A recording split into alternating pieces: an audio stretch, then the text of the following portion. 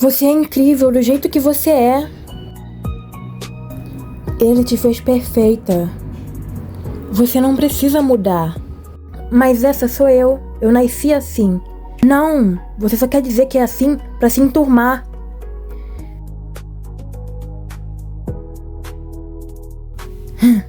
Eu sempre tive que ouvir essas palavras. Que eu sou incrível como eu sou, mas que eu posso ser curada. Só que, curada de quê? O que você tem? Boa pergunta. Tá legal, eu não sei como explicar direito, mas eu me apaixono pelas pessoas. Eu acho que é essa a minha doença. Hã? Desde quando isso é doença? Que legal que você finalmente conseguiu falar com ele, Miguel. Eu tenho certeza que ele vai gostar de você. E eu espero que a Luana um dia comece a gostar de mim, né? Assim como eu gosto dela. Mas enfim, a gente nem estuda na mesma sala. Talvez nem dê certo. Ele não se agrada disso. Ele? Quem? Deus. Ele não se agrada de pessoas se apaixonando? Mas você tem uma namorada?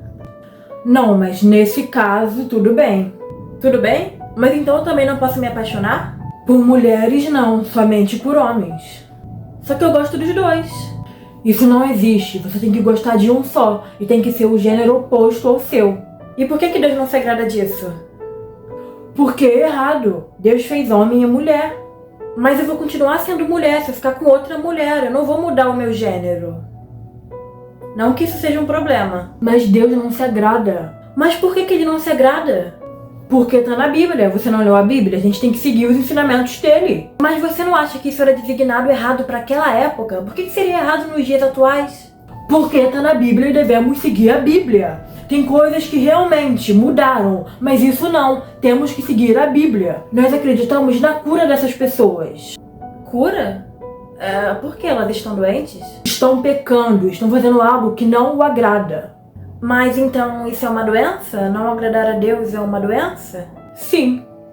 A forma como eu me apaixono é errada. Ele não se agrada dela. Deus não se agrada dela. Ah, você é... como é que se fala? Gay? Lésbica? Mais ou menos. Eu gosto dos dois gêneros, eu sou bissexual. Mas me disseram que isso é errado aos olhos de Deus. Mesmo que eu goste do sexo oposto, é errado eu gostar do mesmo sexo também. E eu também já ouvi que isso é uma doença. Como eu posso melhorar? Olha, isso não é uma doença física e também eu acredito que não seja mental. Eu sou uma cardiologista e posso afirmar que isso não é um problema. Se sua opção sexual não faz mal a ninguém, eu acredito que não é uma opção. Eu nunca escolhi ser assim. Se eu pudesse escolher, eu escolheria agradar a Deus e não ter que ouvir que eu preciso de cura, ou que eu tô pecando, ou que isso é errado. Eu queria muito, muito gostar de um gênero só. E eu já tentei, eu já passei quase um ano tentando gostar de um só, tentando me convencer de que eu gosto de um só. Mas é tão difícil. Então, se não é a opção, qual é o nome? O nome é orientação sexual. Entendi. Olha, Emily, eu acredito que isso não seja uma doença. Nem física e nem psicológica. Quer dizer, você não tá fazendo mal nem pra si mesma e muito menos pra ninguém. Bom, eu acho que eu tô fazendo mal pra Deus e pra essas pessoas. Mas por que Deus se incomodaria com isso? Há coisas tão ruins no mundo como a fome, o ódio, a guerra. Eu também não sei por quê. Eu só sei que se isso é tão errado assim, eu preciso continuar procurando o motivo disso. Eu não quero desagradar a Deus. Laís, vamos conversar? Claro. Você tem uma célula? Você é líder de uma célula, não é? Sim, eu sou líder da célula da igreja. A gente sempre ora, a gente sempre espera que novas pessoas apareçam na célula, né? Na célula a gente conversa sobre tudo. Sobre como Deus cura, sobre como Deus transforma as feridas, sabe? E todo tipo de ferida. Inclusive, né, aquelas que a sociedade normaliza, que a gente sabe que não agradam a Deus. Que tipo de ferida? Tipo, confusão de identidade, sentimentos que vêm do mundo e não de Deus. Mas a gente respeita. Sempre. É claro que cada um faz suas escolhas, mas a Bíblia é clara.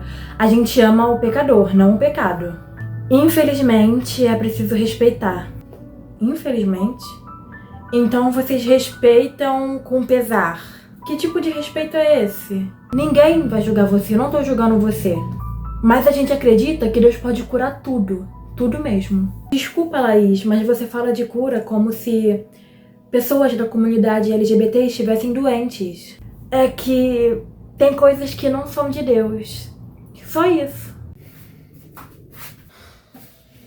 Não sabeis que os injustos não hão de herdar o reino de Deus? Não erreis. Nem os fornicadores, nem os idólatras, nem os adúlteros, nem os efeminados, nem os sodomitas. Com o homem não te deitarás como se fosse mulher.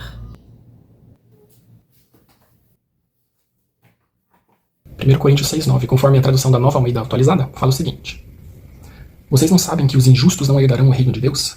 Não se enganem, nem os imorais, nem os idólatras, nem os adúlteros, nem os que praticam a homossexualidade. Mas será que a gente deveria traduzir esse termo por homossexualidade mesmo? Os termos que são traduzidos como homossexualidade são malakoi e arsenokoitai.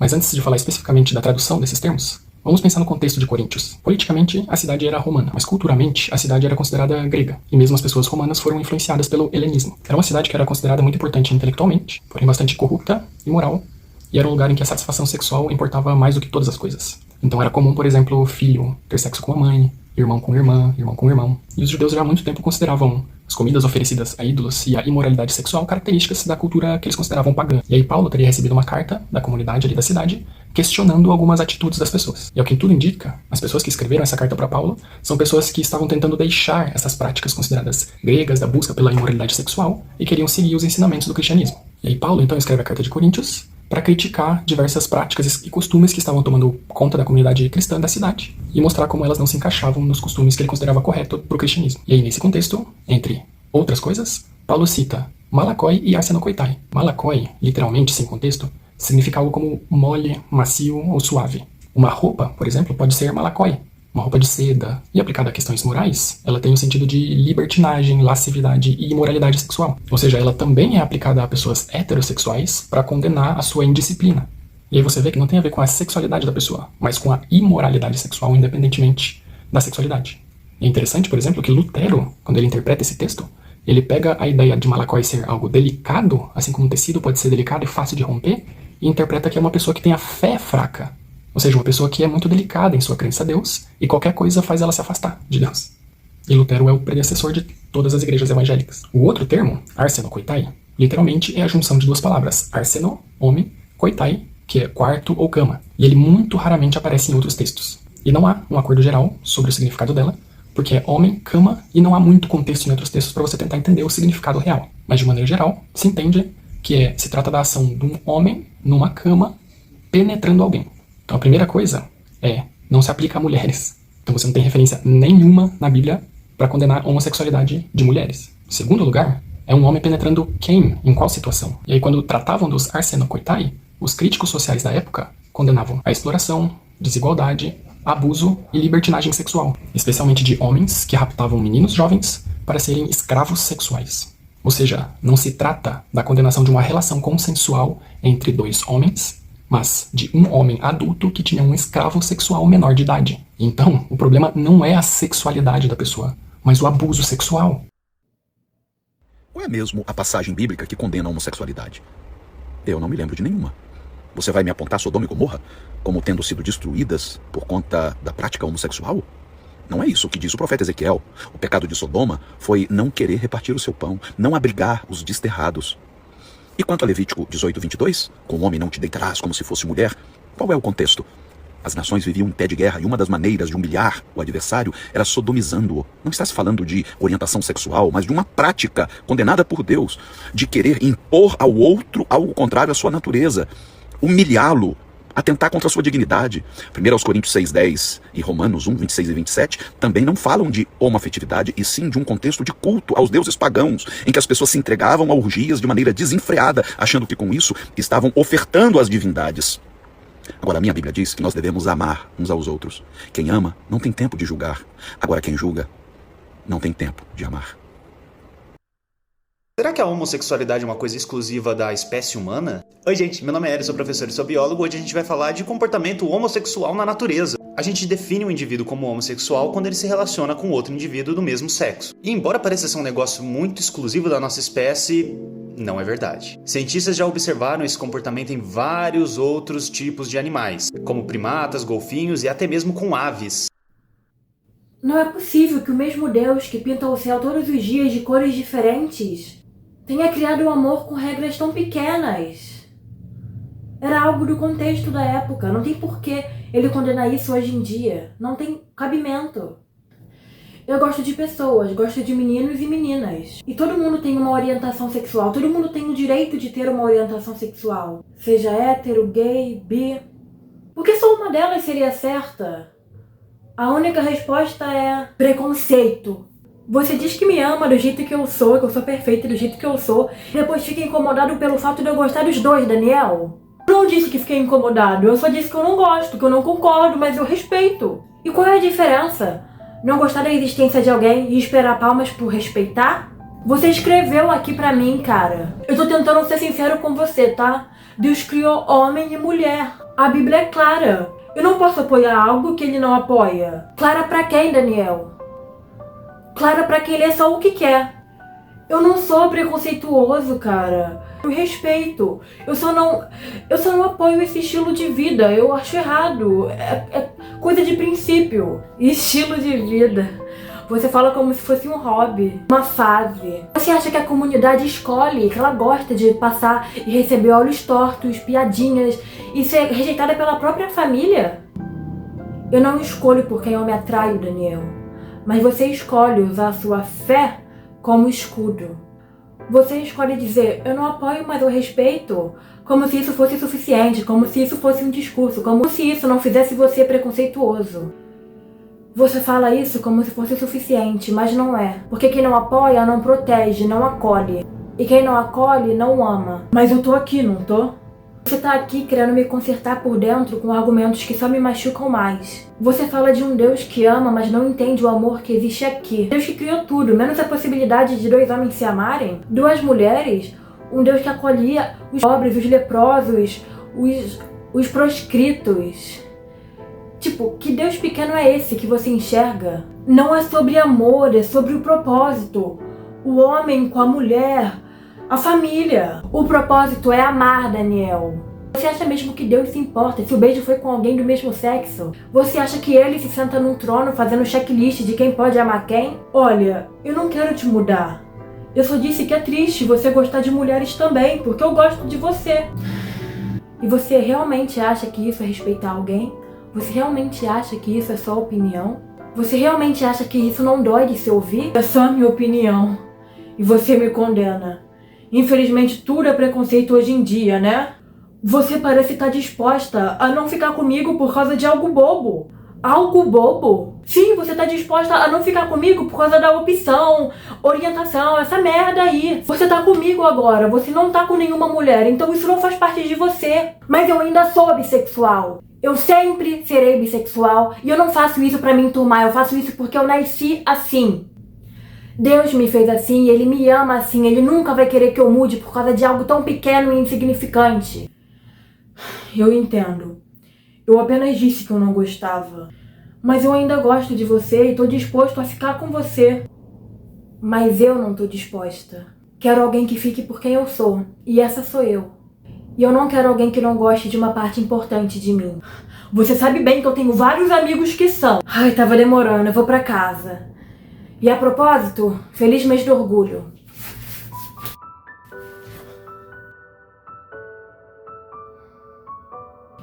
Laís, antes, eu posso te perguntar uma coisa? Claro, pode perguntar. Você já ouviu alguém dizer que respeita pessoas negras, mas não apoia? Mas isso é um absurdo. Ser preto não é uma escolha, a pessoa já nasce assim. Que tipo de idiota diria isso? Então, por que vocês dizem isso pras pessoas LGBTs? Como assim? Respeito, mas não apoio. Quantas vezes vocês já vieram com esse discurso de eu não apoio, mas eu respeito? A única diferença é que nesse caso eu não carrego minha identidade no tom da pele, mas eu carrego no peito.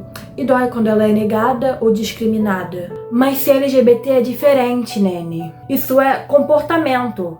Você pode até sentir, mas você não precisa praticar. Isso é inacreditável. Achar que alguém deve negar o que sente. Achar que amar alguém é prática indevida. Achar que eu deveria reprimir quem eu sou pra caber em uma ideia, em uma religião que nem fui eu que inventei, tem gente que luta contra isso. Por Deus, pela fé.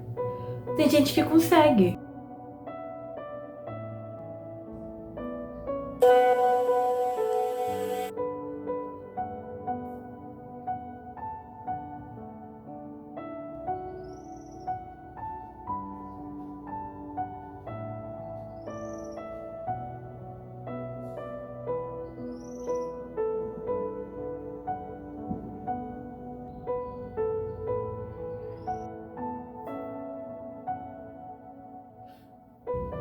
Você não é meu filho, é uma aberração.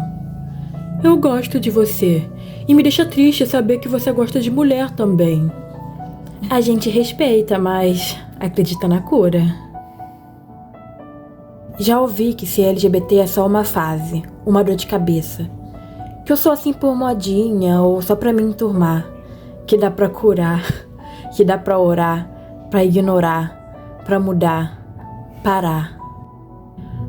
Me disseram que amar errado é doença, que se eu sinto diferente, então eu sou diferente. Como se parte de mim fosse defeito, como se minha identidade fosse sintoma. Mas deixa eu dizer uma coisa. Ser LGBT não é uma doença, mas às vezes você desenvolve uma.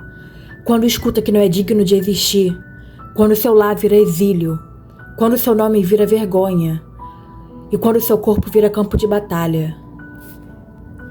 Me dizem, você precisa de cura, mas não se cura o que não é ferida, não se conserta o que não tá quebrado. E se há algo a se curar, são as cicatrizes que o mundo me deu por simplesmente amar.